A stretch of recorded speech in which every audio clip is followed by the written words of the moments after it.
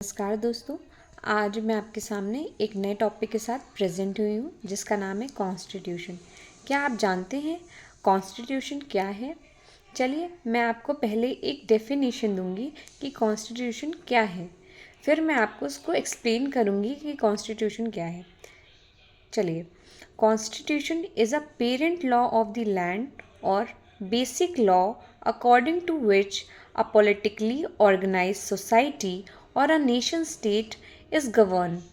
इसका मतलब क्या हुआ कि कॉन्स्टिट्यूशन क्या है? एक पेरेंट लॉ है जो कि क्या करता है, गवर्न करता है सोसाइटी को। और इसमें एक वर्ड आया है कि नेशन स्टेट। आप नेशन स्टेट से क्या समझते हैं? नेशन स्टेट, किसी भी कंट्री को एज अ नेशन स्टेट बोलने के लिए हमें 4 पैरामीटर्स की ज़रूरत होती है और ये 4 पैरामीटर्स हमने लिए हैं मॉन्टेविडियो कन्वेंशन से। मॉन्टेविडियो कन्वेंशन क्या है? 7th international conference of American states. तो इसमें 4 पैरामीटर्स दिए थे किसी भी कंट्री को एज अ नेशन स्टेट बोलने के लिए। चलिए उन 4 पैरामीटर्स को हम लोग देखते हैं। वो 4 पैरामीटर्स क्या हैं?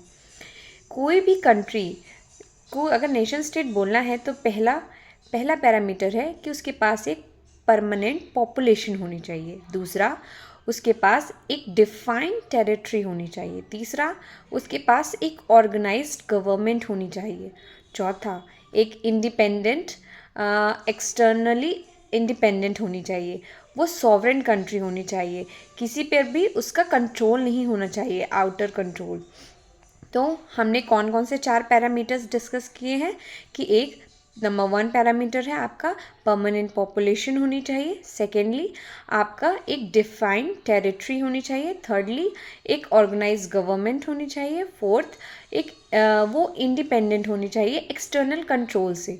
तो ये 4 पैरामीटर्स हैं। चलिए अब आगे चलते हैं। एक टर्म आता है कॉन्स्टिट्यूशनल लॉ। कॉन्स्टिट्यूशनल लॉ में 4 पॉइंट्स इंक्लूडेड होते हैं। वो कौन कौन से पॉइंट हैं? पहला, प्रोविजन ऑफ द कॉन्स्टिट्यूशन। दूसरा, जुडिशियल इंटरप्रिटेशन। तीसरा अमेंडमेंट ऑफ द कॉन्स्टिट्यूशन। और चौथा है आपका कॉन्स्टिट्यूशनल कन्वेंशन।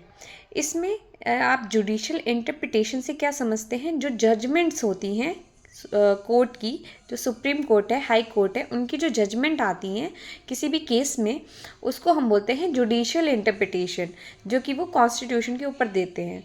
जब कोई भी केस जैसे आता है, अगर किसी कॉन्स्टिट्यूशन से अगर रिलेटेड है तो। अब हम आते हैं, इसमें एक टर्म आया है कॉन्स्टिट्यूशनल कन्वेंशन। अब आप कन्वेंशन से क्या समझते हैं? लॉ, देखिए 2 चीज़ें होती हैं, एक कन्वेंशन होता है, एक लॉ होता है। लॉ मीन्स होता है कि कोडिफाइड रूल्स, ठीक है। अब कन्वेंशन से आप क्या समझते हैं?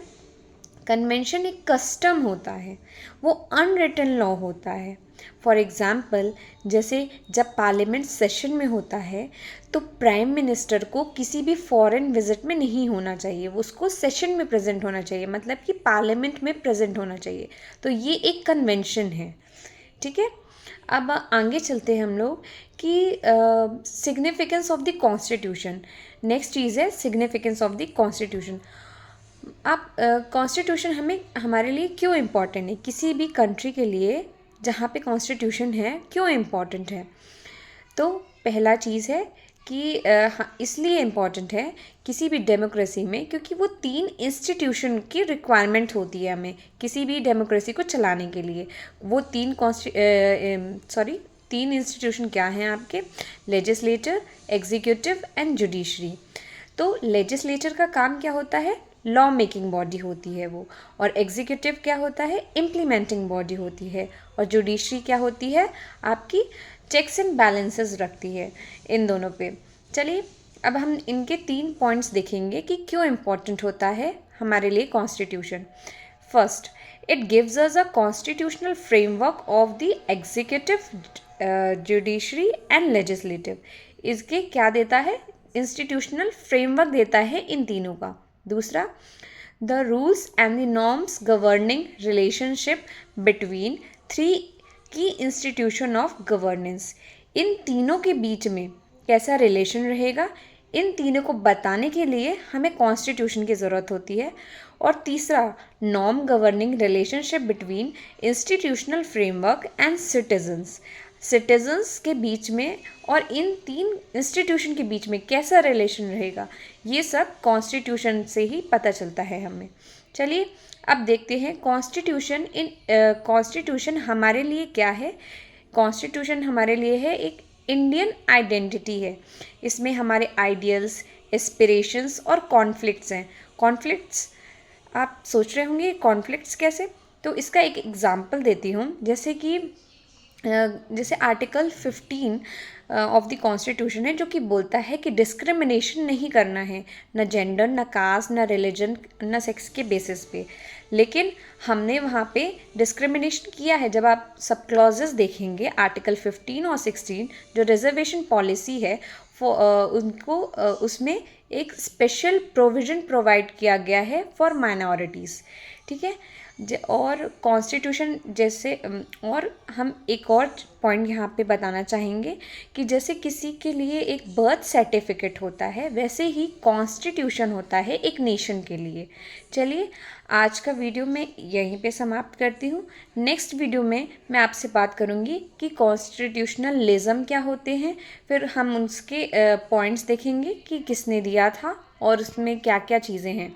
ठीक है। Do like, share and subscribe this video. और आपको कौन कौन से टॉपिक पे वीडियो चाहिए ये भी हमें बताइएगा कमेंट करके। Okay, until see you in the next video. Thank you.